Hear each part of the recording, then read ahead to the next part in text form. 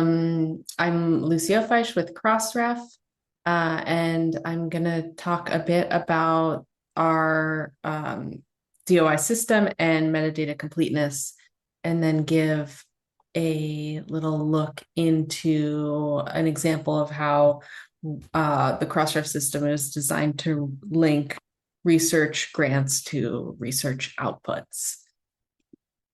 So Crossref's mission is we are a nonprofit membership organization that exists to make scholarly communications better. We make research objects easy to find, cite, link, assess, and reuse.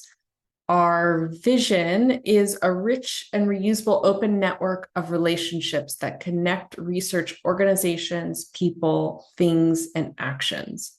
And a scholarly record that the global community can build on forever for the benefit of society. So how we do that is we are a membership association that is home to 25,000 organizational members. We have members in 167 countries. About 51% of our members are based in Asia. And 40% of our members are universities or scholar-led publications. That has evolved over time. We are home to universities, commercial publishers, nonprofit publishers, government agencies and NGOs, research funders, data repositories, any number of organizations that produce scholarly content. The requirement for joining as a member is that you produce scholarly content. We also offer fee-waived programs through our GEM program, which about 6% of our members are based in GEM countries, which means that they don't pay any fees for their participation in Crossref. And the GEM countries are established using World Bank qualifying data. We also have 140 sponsoring organizations, 42 ambassadors, and those are people and organizations that help connect members to us and help train and socialize ideas around metadata best practices and enable metadata registration with our members. Our current corpus of metadata includes 183 million metadata records. All of our metadata is openly available. And the metadata records include the URLs where the DOIs ultimately resolve. So from those records and those DOI resolutions, we resolve 1.4 billion DOIs a month, which is about 90% of all DOI resolutions. That number fluctuates. And our metadata, it's openly available, and it is available through our REST API. And our REST API sees 2.1 billion queries a month of our metadata by people and by systems and by computers. So there are hundreds of thousands of systems that are ingesting and reusing the metadata that our members register and steward.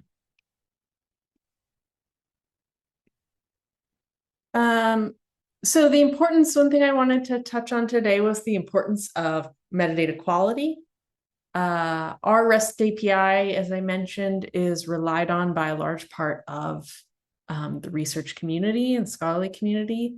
And those 2 billion requests that we get each month through our API rely on the completeness of the metadata. So the diagram here shows some of the tools and organizations that use the metadata. You see in the outside ring are the different ways the metadata is used. You can see in the inside rings. So our metadata is used by metrics and analytics tools such as Web of Science and Scopus. It's used by library discovery systems to find content that their researchers have access to. It's used by members themselves to highlight gaps in their metadata or check reference links. And many of the tools that you use in scholarly communications may be employing cross-ref metadata. So registering DOIs and metadata records means that your content will appear in all of these downstream systems, which should make it more discoverable on a global scale. And so the flip side of that is if we are managing incomplete or inaccurate metadata, those problems propagate throughout these systems that we all rely on.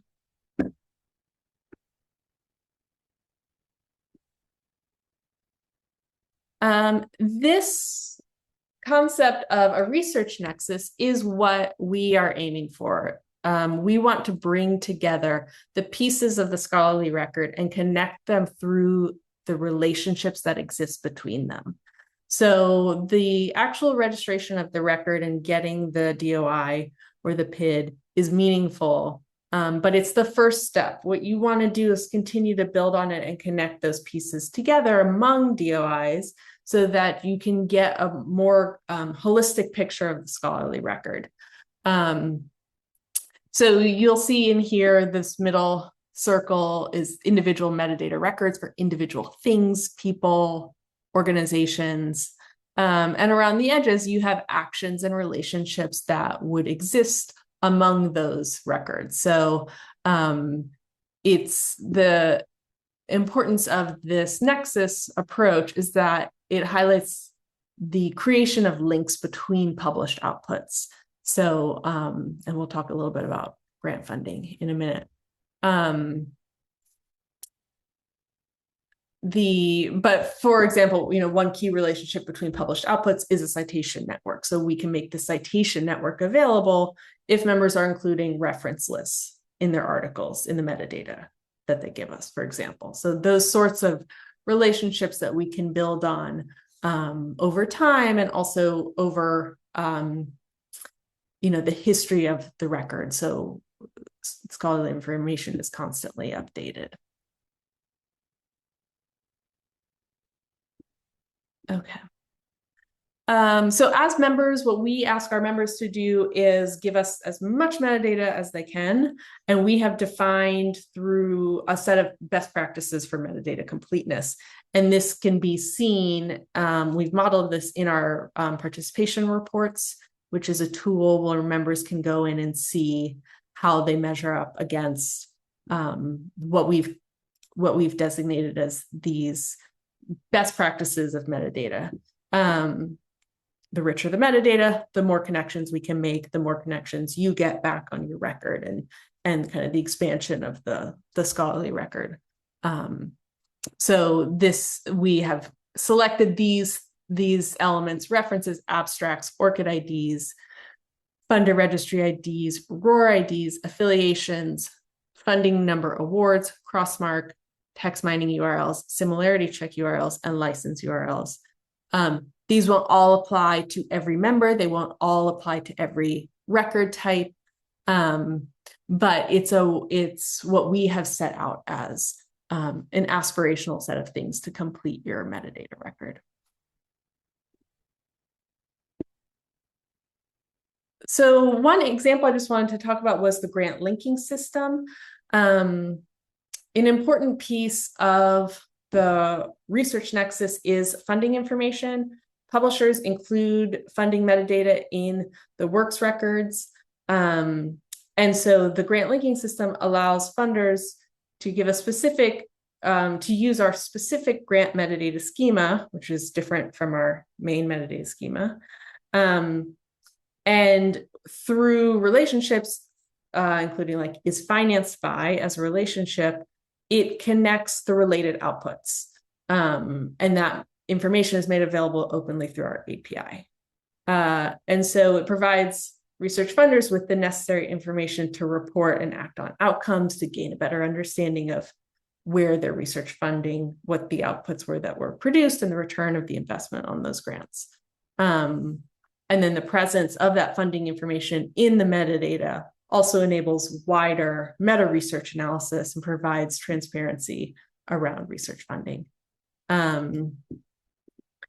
So just a quick look at the grant linking system in action. This is an example of how it would look. So you see this is a research output here by eLife, which has a Crossref grant DOI, which is being shared in the funding acknowledgement section.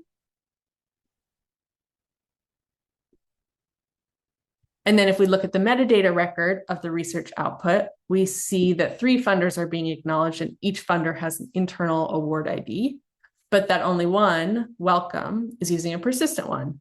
They are using a Crossref grant DOI to make clear that they're linking that research output to the funding that is supported. And so, oops, back to fast. When eLife is using relationship metadata to link the versions and reviews, you can also see they've linked the research output to the grant using the relationship is financed by. And so this will show up in the REST API, linking those to the grant record to the article output. And there's some useful information on our blog about use cases for how this example of linking research outputs from different communities, research funding and publishers together, how that has enabled funders to better understand the impact of their funding and to contribute to openness, integration, and connectivity throughout the research ecosystem. Okay, I think that's all for me. Thank you very much.